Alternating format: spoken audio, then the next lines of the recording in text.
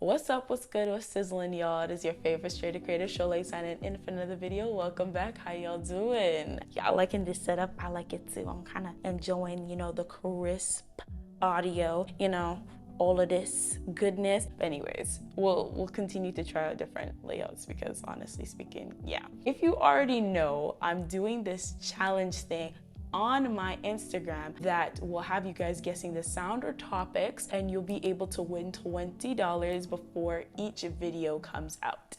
That's the whole goal, that's the whole plan. It might be after the video, but I'm anticipating before the video. So essentially I'll just be posting either the Wednesday or the Thursday before the video drops, essentially getting people to guess the sound or the topic that I have for that specific video. And if you're the first one to DM me your answers, you'll be able to win $20 from moi. And it's not always going to be $20. It might be $50, it might be $100, especially with the more complicated sounds or the more difficult topics.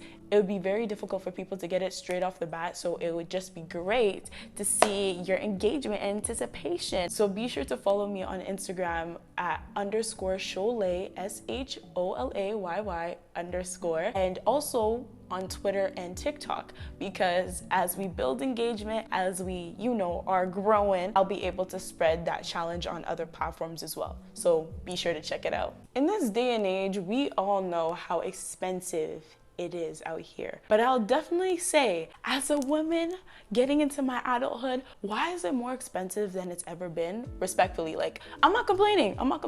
Yes, it's nice to be prim and proper and look good all the time, but dang, is it expensive.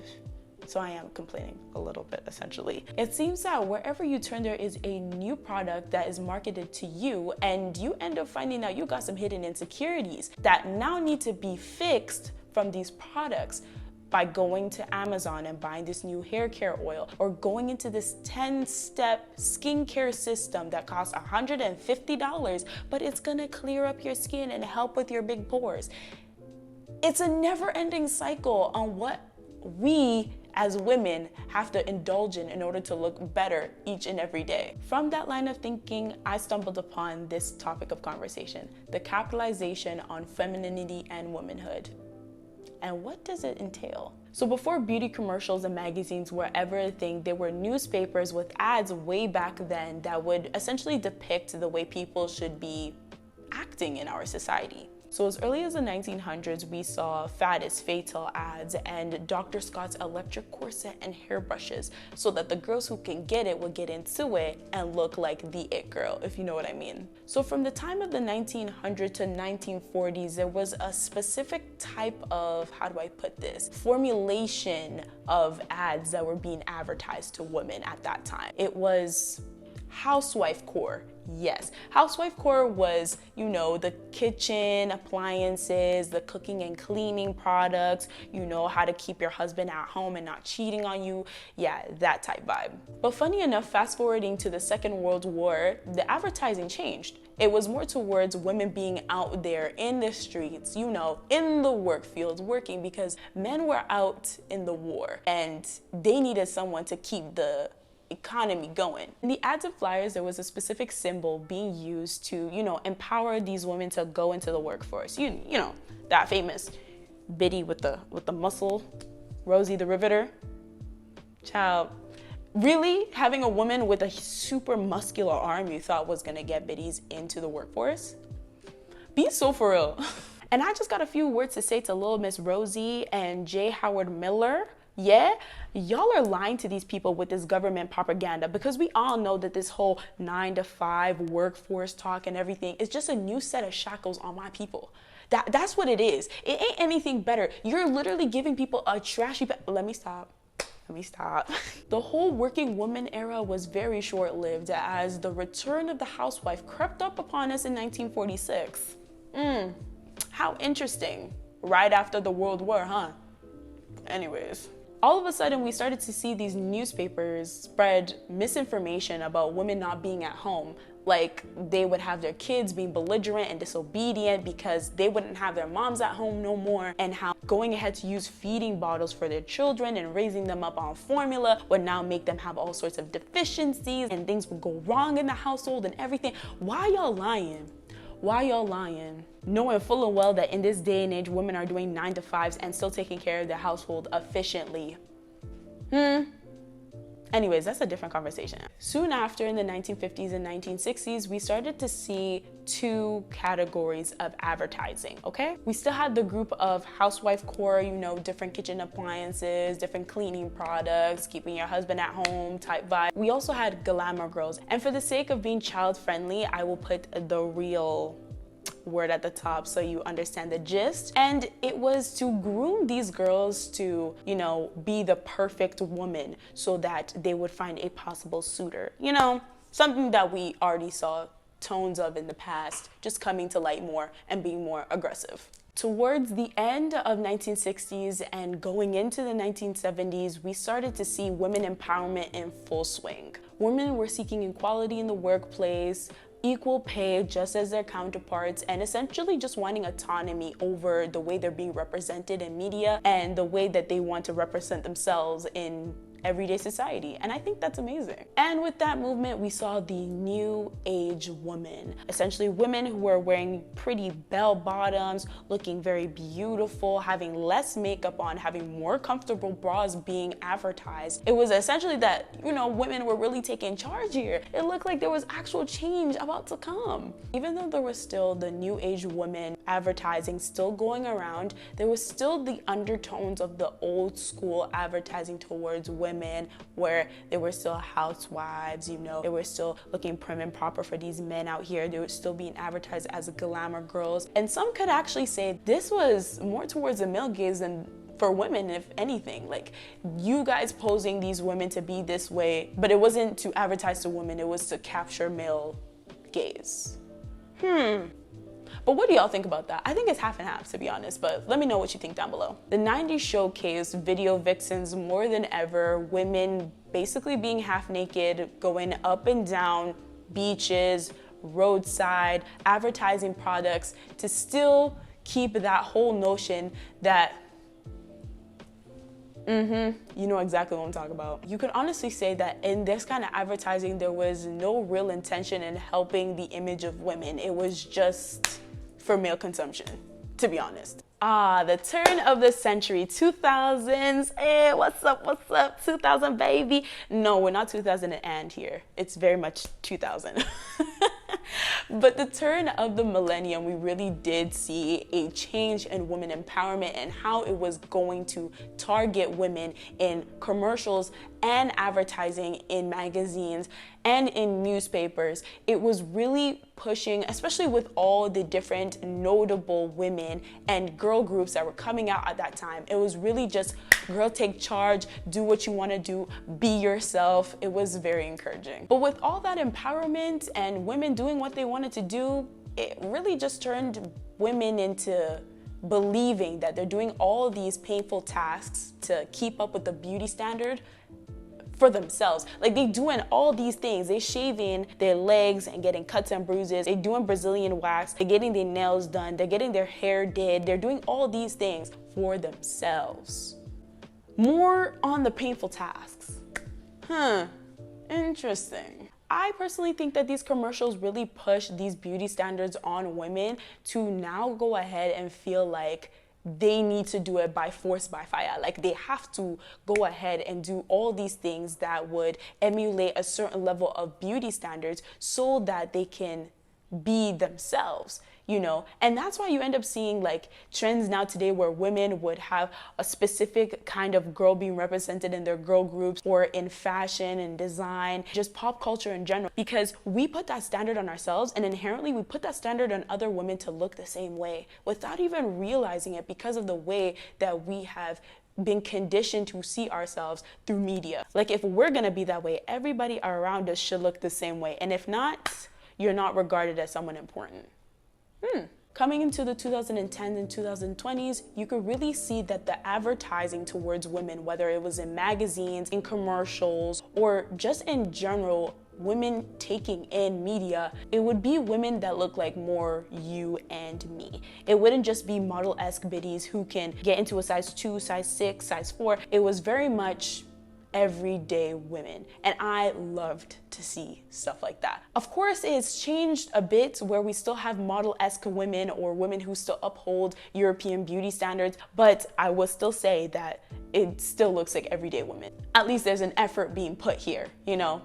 Conscious effort, so I'll give them that. However, this poses as a bigger problem as advertising is more seamless than ever. You can literally have anyone advertise to you and you won't even know it. With everybody and their mama becoming an influencer, you are being advertised to in such ways where you would look at something, see it, feel like it's talking to you, and you're jumping on your Amazon to buy the new products.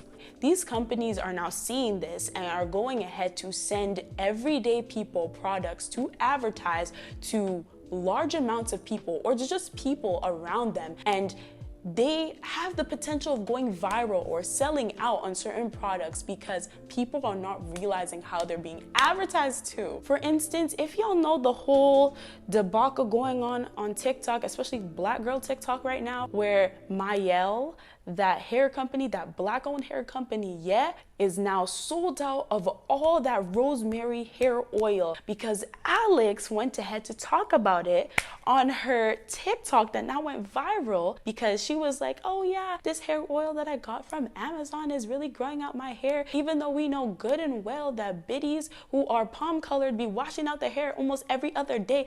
What is that oil gonna do for you? Be so for real. Like, as much as I'm not mad, like, girl, get your money. Yeah, we know you already fit European beauty standards, you're very beautiful and you're very rich and you post and stuff like this and you already have your target audience ready to consume whatever you want. Word is gonna spread like wildfire and things like this are gonna happen. We get it. But now the conspiracy behind this is that Mielle actually sent this biddy this hair oil. This hair oil that's meant to be helping biddies that look like me, Black girls, grow out their hair and everything. They sent this girl this hair oil and she now linked it to her Amazon and now it's sold out everywhere. Like, it's so deep that they went ahead to move this hair oil, this specific hair oil, not any of the other products, closer to the, you know, normal white hair products and away from the Black hair products. Like, are you for real right now? Are you for real? That's how seamless marketing towards women has now become in our day and age. And now they just got sold over. So we know that they're gonna turn into the new Shea Moisture and the new, what else? What other hair company that got sold by a bigger company and they end up changing their formula to accommodate for the 1A, 1B hair girlies. Okay, anyways. I'm not hating. It just sucks that every single time that you might feel like something is truly yours and it's catered towards you, because people are trying to make a quick buck, they advertise to somebody else as if they don't already have their core audience buying their stuff on a daily basis. But anyways. Moving on, that's a whole different conversation. I'm already heated. Whether it is a new hair oil, a new skincare line, a new product that will help enhance you as a person, it seems like the marketing never stops. There's always something new that you can get for yourself in order for you to be better, in order for you to feel better about yourself. But when does it ever end? When? Because some of our bank accounts are still crying at this point from Christmas. Like, when is it gonna stop at this point? You can now see how this pushes the narrative that there's always something wrong with your body. There's always something wrong with you as a person, because there's a new product that's gonna help your insecurity and help you fix the way you see yourself. So you consistently have to go ahead and keep up with it, because you know that product is gonna finish one day, it's gonna expire, and you're gonna have to get a whole new one, and there's gonna be another one that's linked to it that is at a discounted price. So you end up buying a whole bunch of it in order for it to help you, and it ends up being almost like a placebo effect, because there's actually nothing really wrong with you. You're just going ahead to use these products and make you think that you're improving yourself. And y'all already know we're in a society that when women are constantly keeping up with this cycle of beauty standards and keeping up with their appearances, it makes them seem like they're more of value to everybody else, to seem like there's someone that you should choose, there's someone that you should respect, there's someone that you should value in general. So we're inherently in this hamster wheel of buying a new product because we're trying to fix an insecurity so we can look better, so we can be better, so we can feel better, so people can treat us better. And if we don't look better, people don't treat us any better, and we're in this trash looking cycle. Do you see where the problem is? Do you see where the problem is? Are you understanding it? I think I did a really good job explaining it to y'all, but anyways. It is funny when it comes to these conversations that we do have about beauty standards. People really want to be sitting up here like, oh, I chose this. I wanted to do this. I'm doing it because I want to do it. No one forced me to do it. It's my body. It's my choice. Nobody should tell me what I should do with it. Let everybody do whatever they want. You really think for a hot second that we live in this society and you chose these beauty standards. You chose to do these things out of your own volition. Let's make this whole BBL, Kim K example so I can explain it better for those who still think like that. When we had, especially for us as Black biddies, all right? When we were growing up, we always believed that we should be thick, we should be curvy and everything like that. It would be constant like underlining disrespect that would come for biddies who are skinny and everything like that. And then we now saw how like with Black culture and European beauty standards coming into it, people like Kim K end up coming out with BBLs and being curvaceous and everything like that, and how accessible BBLs became. And then women who already had that insecurity went ahead to go ahead and get it so they can feel better, they can look better. But then the maintenance now comes into it, because if you're gonna have a BBL, you have to get your checkups, you gotta make sure your implants are not flopping all over the place so you don't look crazy like these certain celebrities out here who got these BBLs but they ain't working out, ain't doing anything to make it look better. And now it's this constant cycle of like you going ahead to feed into this idea of how you should look like in order for you to be treated better or to look better. Like you're inherently doing these things without realizing, because everyone just wants to be of worth in this life. So it makes sense why you would feed into this beauty standard so people can treat you better than you've been treated before, or the way you've always been treated, you want to keep it up. You understand? Because inherently when you get this surgery or you go ahead and keep up with your skin or wear makeup or do your hair, there's compliments that you get. It improves the way that you look at yourself. Like, let's not lie, validation and compliments and attention is great. Like, it feeds who you are as a person when you constantly are doing things in order to aid those things to come to you. So it ends up being this, oh yeah, it's my decision, but is it really your decision? Or is it society making you think it's your decision by inherently still keeping you in this hamster wheel of beauty standards? And it's funny how in the flip side, women who are actually like naturally curvaceous are now telling us that, you know what, they're not actually valued. People don't actually take them seriously. They're actually like being disrespected and only seeing as a glamour girl because they've always been curvy. You know, so it's difficult for them to even have a significant other or to be around people who actually treat them like a person and not treat them as some fantasy. I feel so bad for those biddies, I'm not gonna lie, but it does make sense. And honestly, I think people should listen to them more. But what do I know? Anyways, to finish off, I just wanted to say that I wanted to open this discussion up to be a forum, to be a place where we can discuss things like this more, as we're constantly ingesting media day in and day out, and it influences the way we see things, the way we go about life, the way that we see ourselves. And how exactly should we really go about these things? How do we go ahead and analyze how it affects our self-esteem, how it affects the way we see other people, how it affects the way we see womanhood and femininity? Is femininity something that can be bought, something that can be manufactured, something that could be put into a little 10-ounce product? Like, how do we really interpret these things that we see? You may think that it's only you problem and that it only involves you, but you gotta think about it. There are thousands of you in this community, and now translate to a society where we take numbers and use them as statistics that we now use to monitor trends and practices that we see every day. And it happens in our society. So if you think about it, you're part of a bigger picture. And then you later realize it's not just you, it's every one of us. One thing I definitely want to say towards this situation, towards this discussion, is that we need to be mindful on the media that we're ingesting. How is it influencing us as people? How does it help us either think positively or negatively about ourselves? And being just watchful. Very, very watchful, because not all these things that are advertised to you are meant for you. Like, yes, it's very easy to see certain things that your famous influencer or your favorite person is using, but it's not really meant for you, you know? It's not really meant to change you. It's just something maybe you're supposed to see and let go. But at times it's so easy to just see something and then want it and then get it and then realize that we don't need it, you know? Just making sure that we're all understanding what we're doing and what we're doing with the information that we're receiving. And I'm not in no place here to judge at all, because I still partake in getting my nails done. I still enjoy putting a little makeup on, you know, wearing wigs, wearing weaves, whatever. Like, I have to make sure that I can still enjoy myself without these things. Like, I could still come on camera, I could still enjoy myself in society without having a whole face of makeup, without having my hair done, without having my nails done, and I'm okay with it. Like, be mindful that your natural state is still okay. You do not need to get that nose surgery. You don't need to get rhinoplasties. You don't need to go ahead and cut out parts of your face in order for you to feel comfortable. Like, you very much are good on your own. But I do think that this affects men as well, but I just don't know how and to what certain degree. But let me know down below. Definitely comment that and maybe we can investigate that.